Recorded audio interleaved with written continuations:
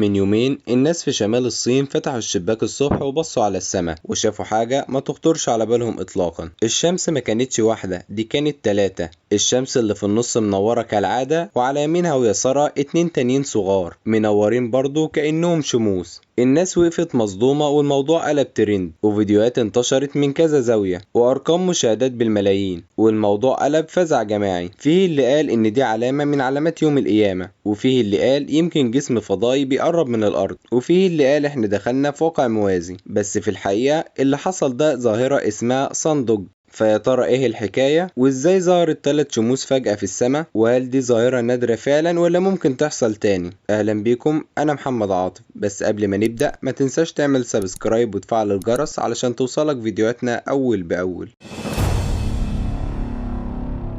ظاهرة صندوق هي واحدة من أغرب الظواهر البصرية اللي ممكن تشوفها بعينك، وهي ببساطة عبارة عن ظهور بقعتين ضوء ساطعين جنب الشمس، واحدة على اليمين والتانية على الشمال، والاتنين في نفس الخط الأفقي تقريبا. ولما تكون البقعتين واضحين وقريبين في الشكل من الشمس، العين البشرية بتفتكر إنها شافت 3 شموس جنب بعض، ودي مش مبالغة لأن الشكل فعلا يخض، وتحديدا لو أول مرة تشوفه. اللي حصل في الصين من يومين كان بسبب الظاهرة دي، بس الغريب إن ظهورها كان واضح جدا لدرجة ان الناس ما صدقتش انها طبيعية. طيب تعالى نرجع ورا شوية، ايه اللي بيخلي الظاهرة دي تحصل؟ السبب كله بيرجع لنوع معين من السحب اسمه كيرياس كلاودز، وده نوع من السحاب بيكون في طبقات الجو العليا ومكون من بلورات جليدية صغيرة جدا، حاجة كده مش بتتشاف بالعين لكنها بتعمل شغل كبير. لما ضوء الشمس بيخترق البلورات دي بينكسر وينحني وينعكس بنفس الطريقة اللي بتخلي قوس قزح يظهر، بس بدل ما يطلع لك قوس كامل بيطلع لك نقطتين ساطعين على الجنبين. الاتنين دول اسمهم الصندوقز. الظاهرة دي حصلت في مناطق كتير قبل كده،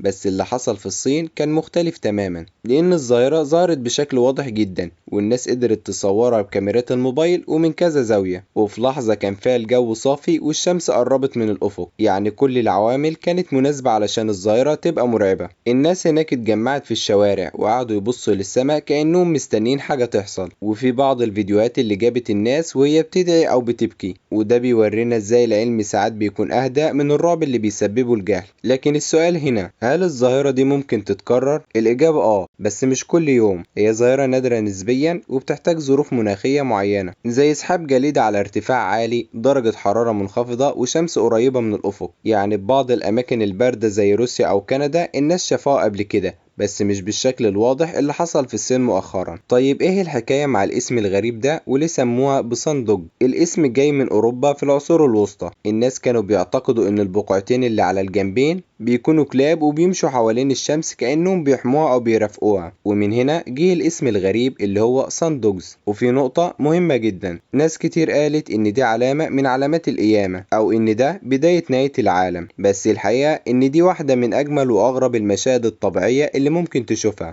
لو عرفت انت بتبص على ايه، ويمكن يكون اجمل من قوس قزح حتى. لكن لما الناس تشوف حاجة غريبة في السماء من غير ما يكون في توعية كفاية بيبدأ الرعب وبتنتشر الشائعات، ويطلع اللي يقولك اصل احنا دخلنا على النهاية، وفي الاخر بيطلع علم بسيط جدا ورا كل حاجة. بس كده، لو عجبك الفيديو ما تنساش تعمل لايك وتشترك في القناة، وتكتب لي في الكومنتات انت شفت قبل كده ظاهرة غريبة في السماء، او مرة حسيت ان في حاجة مش طبيعية بتحصل.